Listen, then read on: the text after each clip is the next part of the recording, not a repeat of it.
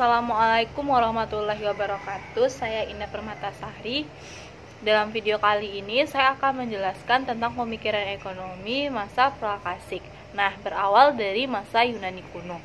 Sebenarnya pada masa Yunani kuno ini, pemikiran serta teori tentang ekonomi itu sudah ada, seperti uang, bunga, jasa para pekerja manusia, dari perbudakan serta perdagangan. Nah, buktinya kita dapat melihat dari buku Republika yang telah ditulis oleh Plato pada tahun 400 sebelum Masehi. Ia adalah yang melahirkan gagasan atau pikiran tentang ekonomi politik awalnya. Pemikiran tentang ekonomi secara tidak sengaja itu timbul karena pemikiran Plato terhadap keadilan atau justice bagi suatu negara yang ideal. Dalam negara yang ideal itu, Plato mengatakan kemajuan suatu negara itu tergantung dari division of labor atau pembagian kerjanya. Pandangan ini sebenarnya mirip dengan teori dari Adam Smith, dan pada dasarnya teori Adam Smith ini berawal dari Plato juga. Perbedaannya, teori division of labor dari Smith ini bertujuan untuk memacu pertumbuhan output dan pengembangan ekonomi, sedangkan Plato bertujuan untuk kualitas kemanusiaan.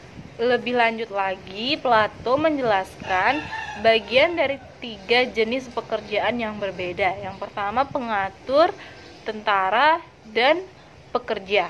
Nah, yang hanya boleh untuk bekerja agar mendapat keuntungan itu hanyalah para pekerja, sedangkan pengatur dan tentara ini tidak bekerja untuk mendapatkan harta, sehingga mereka fokus untuk mengabdi kepada negara.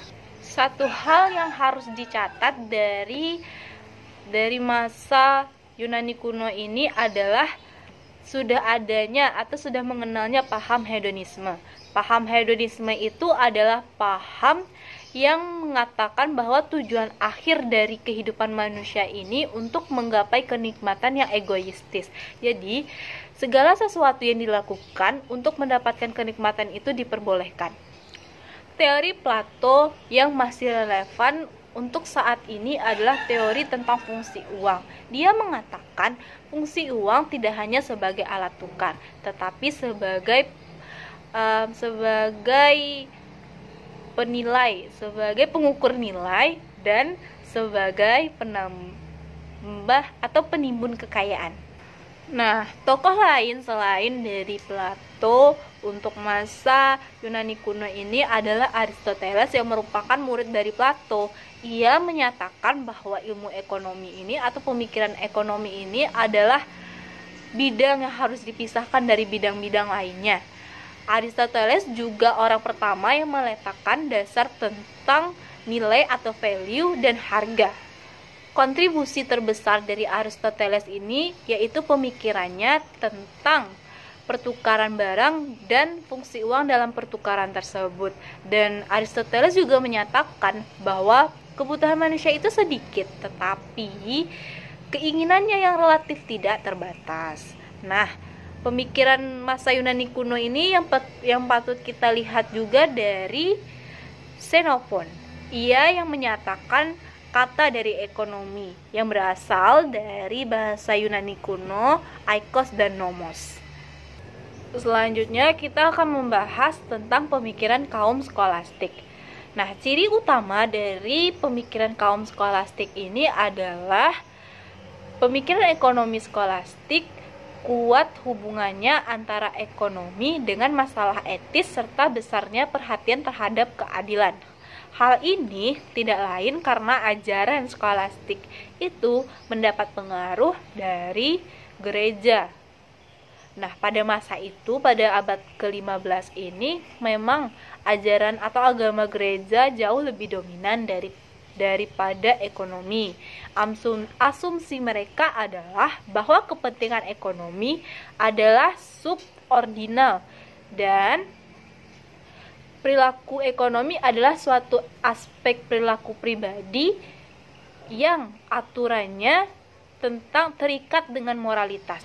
Tokoh-tokoh yang ada di kaum skolastik ini yang terkenal adalah Albert Magnus dan Thomas Aquinas. Nah, pandangan dari Albert Magnus ini tentang harga yang adil dan pantas. Apa sih harga yang adil dan pantas? Menurut Magnus itu adalah harga yang sama besarnya dengan biaya dan tenaga yang dikorbankan untuk menetapkan barang tersebut. Nah, sedangkan menurut Thomas, pandangannya adalah dia mengutuk atau tidak mencekam adanya peranakan uang yang menghasilkan bunga, dan itu disebut sebagai riba. Selanjutnya kita akan membahas tentang era merkantilisme. Istilah merkantilisme ini berasal dari merchant yang berarti pedagang. Menurut merkantilisme, setiap negara yang berkeinginan untuk maju harus melakukan perdagangan dengan negara lain.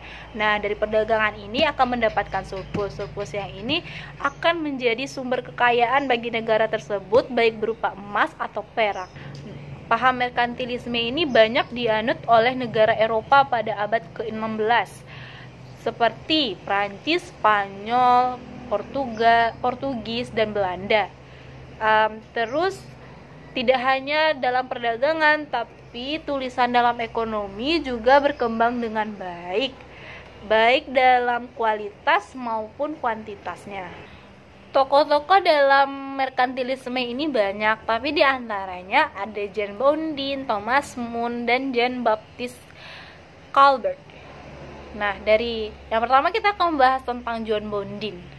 Dia adalah ilmuwan berkebangsaan Prancis. Dia adalah orang yang pertama kali secara sistematis menyajikan teori tentang uang dan harga.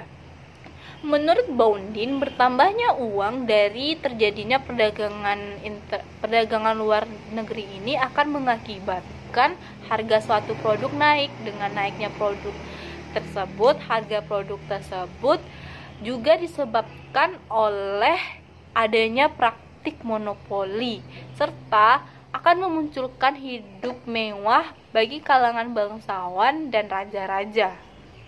Teori Boundin ini dinilai adalah teori yang maju, sehingga berdasarkan teori Boundin inilah Irving Fisher mengembangkan teori tentang kuantitas uang. Selanjutnya adalah Thomas More. Dia adalah seorang ilmuwan atau ahli yang menulis buku tentang manfaat dari perdagangan luar negeri. Tokoh selanjutnya yaitu Jean Baptiste Colbert.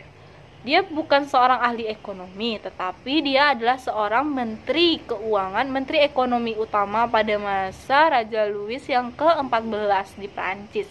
Pada saat itu perdagangan luar negeri dianggap sebagai hal yang serius, sebagai sumber kekayaan suatu negara. Nah, karena itulah para pedagang atau pengusaha itu dianggap penting. Tokoh selanjutnya yaitu Sir William Petty. Dia adalah seorang yang aktif dan banyak menulis tentang ekonomi politik. Berbeda dengan tokoh-tokoh lainnya, ia menganggap hal yang penting itu adalah para pekerja.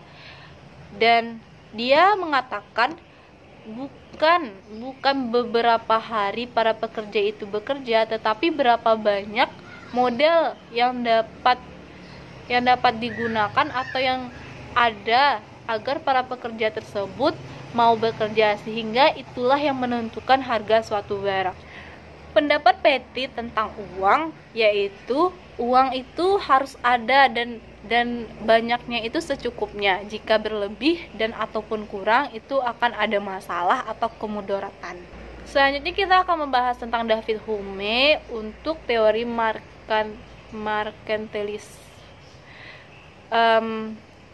Kontribusi dari David Hume itu adalah ia membicarakan harga-harga yang sebagian dipengaruhi oleh jumlah barang dan sebagian lainnya ditentukan oleh jumlah uang. Jadi harga itu ditentukan yang membentuk harga dalam suatu barang itu adalah jumlah barangnya dan jumlah uang yang tersedia.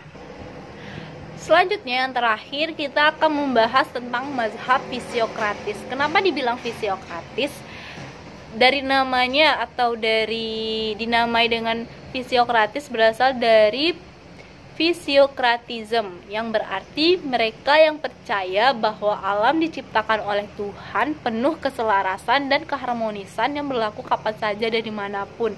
Nah, kaum fisiokrat itu menganggap sumber kekayaan yang senyata-nyatanya itu adalah sumber daya alam. Kaum fisiokrat percaya bahwa sistem perekonomian mirip dengan alam yang penuh harmoni. Dengan demikian, setiap tindakan manusia dalam memenuhi kebutuhannya akan selaras dengan kemakmuran masyarakat banyak. Nah, dia mengatakan dalam mazhab fisiokrat ini, ayo beri manusia itu kebebasan dan biarkan mereka melakukan hal yang terbaik untuk dirinya masing-masing. Pemerintah tidak perlu campur tangan dan alam akan mengatur, semua pihak akan bahagia dan senang. Nah, tokoh yang terkenal adalah Francis Quinine. Dan dengan latar belakang dia sebagai dokter, ia menggambarkan sistem perekonomian negara ini layaknya terhadap kehidupan biologis dari manusia. Quine membagi masyarakat menjadi 4 bagian. Yang pertama, kelas masyarakat produktif, yang kedua kelas tuan tanah, yang ketiga kelas yang tidak produktif dan tidak steril, yang keempat kelas masyarakat buruh atau labor. Bagi Quine, hukum ekonomi yang bersesuai dengan hukum alam ini menjadikan tanah atau alam sebagai satu-satunya sumber kekayaan atau kemakmuran masyarakat. Nah, ini bertentangan dengan paham merkantilisme. Nah, dalam merkantilisme, kekayaan atau sumber kekayaan negara itu berdasarkan hasil perdagangan dengan negara lain. Nah, dibantah oleh teori fisiokrat ini, dan juga fisiokrat ini juga membantah akan regulasi perdagangan yang dilakukan oleh merkantilis. Dia karena menganggap fisiokrat ini manusia tuh harus bebas, tidak adanya batasan-batasan agar kebutuhannya tercapai. Nah, telah saya jelaskan 4 dari paham selama era praklasik. Apabila ada kata-kata yang salah, mohon dimaafkan. Bye bye.